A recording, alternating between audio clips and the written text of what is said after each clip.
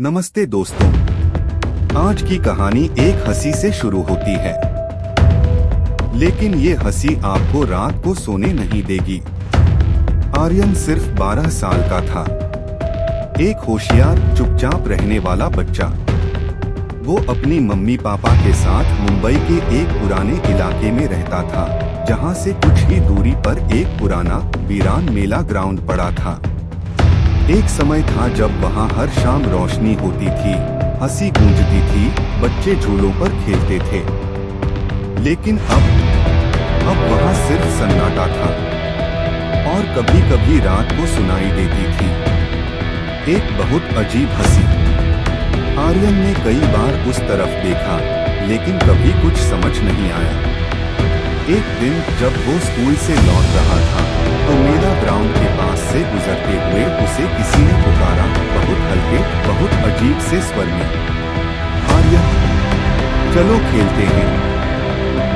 उसने पलटकर देखा, एक जोकर खड़ा था, सफेद चेहरा, लाल नाक, लेकिन उसकी मुस्कान, वो मुस्कान इंसानी नहीं थी।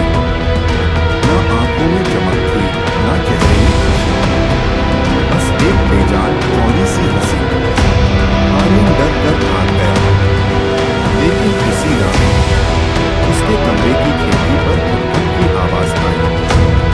जब उसने पर्दा हटाया, वहां कोई नहीं था, लेकिन खिड़की पर किसी ने उंगलियों से लिखा था। अगले दिन से सब अजीब होने लगा, लाइट्स अपने आप बंद हो जाती थीं।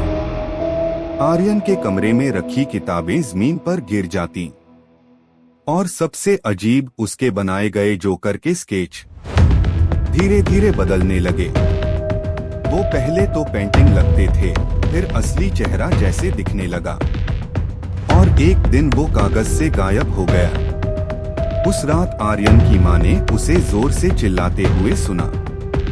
जब वो कमरे में पहुंची, आर्यन अकेला था, लेकिन वो दीवार की ओर देख रहा था और बुदबुदा रहा था, वो यही है, वो हंस रहा है, मुझे भी हंसने को कहता है।